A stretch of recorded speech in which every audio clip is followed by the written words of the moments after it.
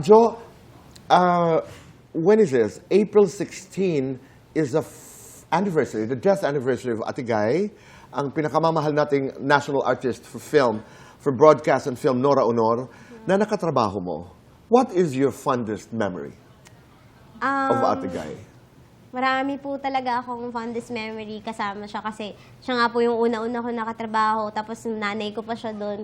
Siguro yung ano po, yung sabay kami sa service, tapos nag-bonding kami kasi very loving po siya eh. Yung trato niya sa akin talaga anak. Oo. Yan ang hindi mo malilimutan. Sabi nga, Yes. malilimutan mo minsan ang mga sinabi, minsan malilimutan mo yung mga nakita mo, but you will never forget how other people make you feel. Yes. Di ba? It lingers all throughout your life. The last interview I did with you, kung hindi ako nagkakamali, sinabi mo rin na sana makatrabaho mo si Ding Dong Dantes. Yes po. Di ba? You Opo. say it and it happens. Yes, yun Nangyari talaga. na.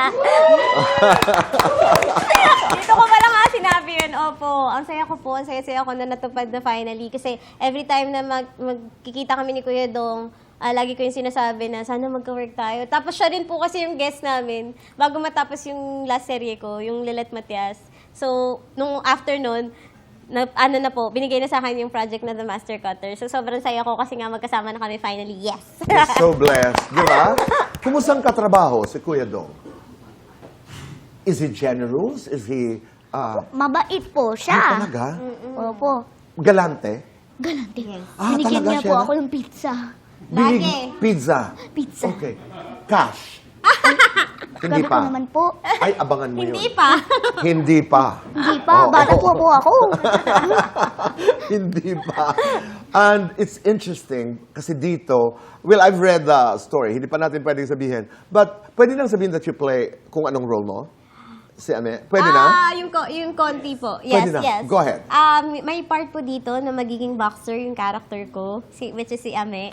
At ayun, yun na lang po muna, yung sa boxing part. Nag-training ka? Eh, hindi po ako nag-training, but what I did is I did interviews with other little people na nagtrabaho talaga as boxer and sa wrestling. Nangyayari ito talaga Yes. sa tunay na buhay? Yes. Opo. At Masasabi ko. tinatrato naman na mabuti ang mga little people dito? Hindi ko po masasabi na completely na maayos ang pagtato sa kanila doon. Pero of course, ano naman po, may yung sila naman talaga yung pumasok doon. Of course, naghanap sila ng trabaho para mabuhay Okay. yung pamilya nila. Pero hindi ko po masasabi completely na ayos yung trato sa kanila. Alamin doon. ho natin ang kabuuan ng kwentong ito sa Master Cutter.